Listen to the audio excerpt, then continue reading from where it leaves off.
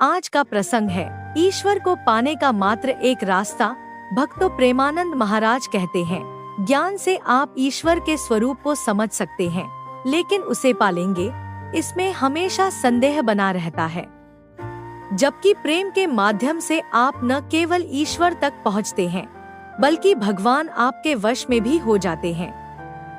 ज्ञान प्रेम के लिए रास्ता जरूर बनाता है, लेकिन ईश्वर तक पहुंचने का एकमात्र जरिया या फिर कहें रास्ता प्रेम ही है। केवल प्रेम ही ईश्वर को पकड़ने का एकमात्र रास्ता है।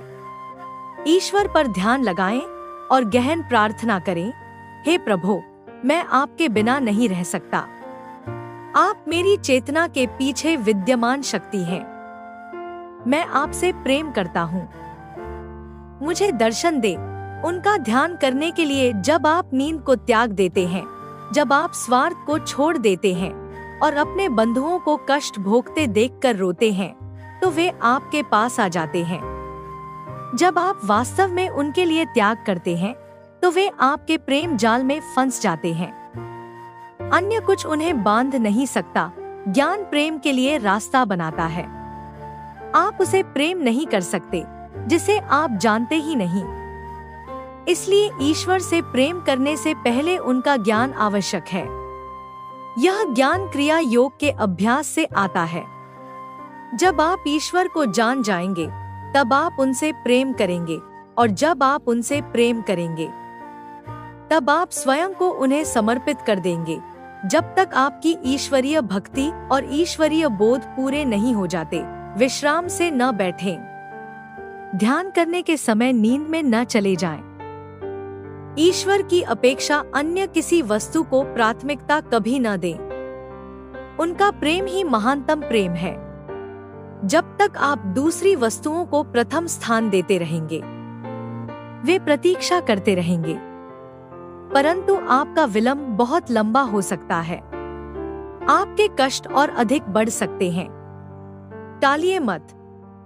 अपनी अंतरात्मा की सच्चाई में विश्वस्त हो जाएं कि आपने उनसे संपर्क करने का पूरा प्रयास कर लिया है। विश्राम मत करें, तब तक प्रयास न छोड़ें जब तक कि आप उन्हें अपनी आंखों से देख न लें या अपने हृदय में उन्हें अनुभव न कर लें। जन्म, खेलकूद, विवाह, संतान, वृद्धावस्था और फिर जीवन समाप्त हो जाता है। यह जीवन नहीं है। मैंने अनुभव किया है कि जीवन इससे कहीं अधिक गहनतर है और उससे अधिक अद्भुत है। जब आप ईश्वर को जान लेते हैं, तब कोई दुख नहीं रह जाता। जिनसे आपने प्रेम किया, वे मृत्यु में समा गए। वे सब शाश्वत जीवन में फिर से आपके साथ होंगे। आप नहीं जानते कि किसको आप अपना समझें, क्योंकि वहाँ प्रत्येक आपका अपना है। ईश्वर की सुंदरता अपार है। पुष्पों की मनोहरता का आनंद लेना ठीक है, परंतु उससे कहीं अधिक अच्छा है उनकी सुंदरता और पवित्रता के पीछे ईश्वर के चेहरे को देखना।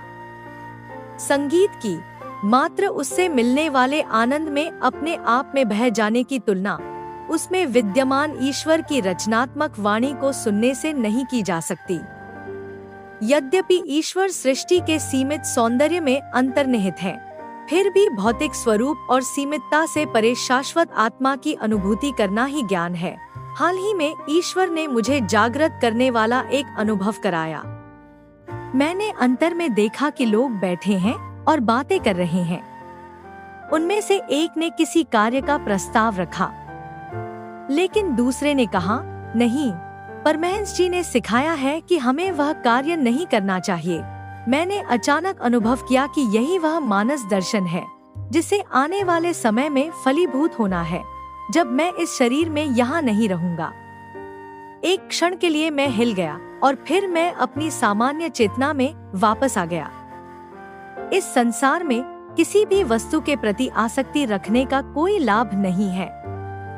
ईश्वर के ब्रह्मांडीय नाटक में अनेक वस्तुएं आती और जाती हैं। मैं विमान क्षेत्रों को नष्ट होते और समुद्र को शवों से भरे तथा आने वाले समय में बहुत से दूसरे होने वाले कार्यों को देखता हूँ। मैं अपने हृदय में संसार को अपने बिना देखता हूँ। अंततः यह स्वतंत्रता ईश्वर प्रत्येक आत्मा को देते हैं। सच्चे योगी समस्त परिस्थितियों में अपने मन को नियंत्रित रखने में सक्षम होते हैं। जब ऐसी पूर्णता प्राप्त होती है तो आप मुक्त हैं। तब आप जानते हैं कि जीवन एक दैवी साहसिक कार्य है, मानवीय प्रेम निरर्थक है जब तक वह ईश्वर के अशर्त प्रेम के साथ दृढ़ नहीं हो जाता। एक लड़का और एक लड़की एक दूसरे से प्रेम करते हैं और कुछ समय पश्चात वे उस प्रेम बंधन को तोड़ देते हैं।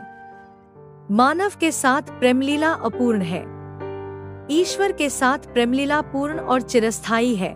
यदि ईश्वर स्वयं अपना प्रेम प्रत्येक मानव के हृदय में रोपित करके आपको न देते तो आप मानवीय प्रेम के विषय में कैसे जान पाते?